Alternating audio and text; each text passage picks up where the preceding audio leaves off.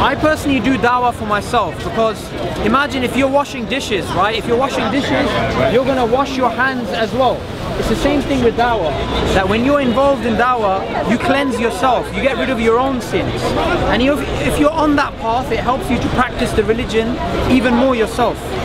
The teachings of the Bible and various things, I just don't believe that basically I believe it's man-made. I don't think that it comes from God, inspired by God. Say that machine over there, the machine that guy is, that grass machine thing, right? That machine thing, do you think that can come together by chance? Or do you think someone has to design it, make it? Yeah, plan it, design it, Manufacture it, right? Designer. So in the same way, our brain and the universe that we live in needs a designer. Do you know how heavy those clouds are? That is tons and tons and tons of water. But the way God's design is, that heavy water is up in the sky and it's just up there, and over time it comes down. So it's all like a perfect system that the Creator's made, you know? So, dawah is something so important to me, because there's so many people out there who don't know what their goal is, who don't know why they exist, who don't know what's going to happen after they die. Old Testament?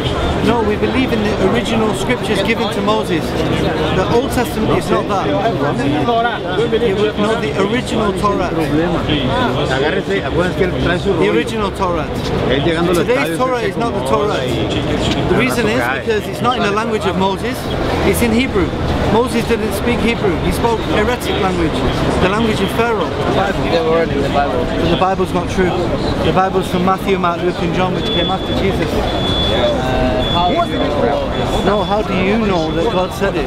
It's not for me to prove that Matthew, Mark, Luke and John said it. When you tell me who wrote the Bible, who wrote the New Testament? Matthew, Mark, Luke and John. Yeah. Matthew, Mark, Luke and John came after Jesus. After Jesus. I don't believe in a single presence creating us. Right? If I was to say that this mobile phone is made of plastic, metal and glass. That's all it's made of, right? You get plastic, metal and glass in a junkyard. Now if a hurricane goes through a junkyard, can you get a mobile phone coming out of it by chance? So you'd say this has a creator, it didn't come together by chance, right? Yeah, that is a creator, for sure. So what about something more complex like the universe and our bodies and the stars, the galaxies, the sun, the mountains? It's definitely got some kind of creator, for sure, but I think it's, my personal opinion, is that it's come down to kind of gas, particles, you know, science. Do you reckon it's chance, or do you reckon it's more inclined towards the creator? Probably, yeah. If you have a hurricane going through a junkyard, you don't get a mobile phone, most likely. So, gift for you? Gift. Allah. Allah. Allah. Allah. Allah é Deus. Único. Allah é o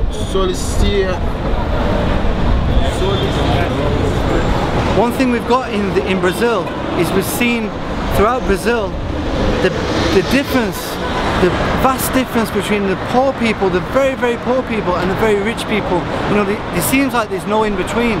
You know, here we've got the stadium, and people have actually been forced out of their homes. You know, they've had like a pacification of the favelas. It's literally right next to the stadium. Yeah, and all the people in the favelas are actually watching all the people going to the stadium, but they won't even let the poor people mix with the rich people. It's really crazy, and many of these people are actually accepting Islam. You know, there's actually a lot of dawah going on within the favelas.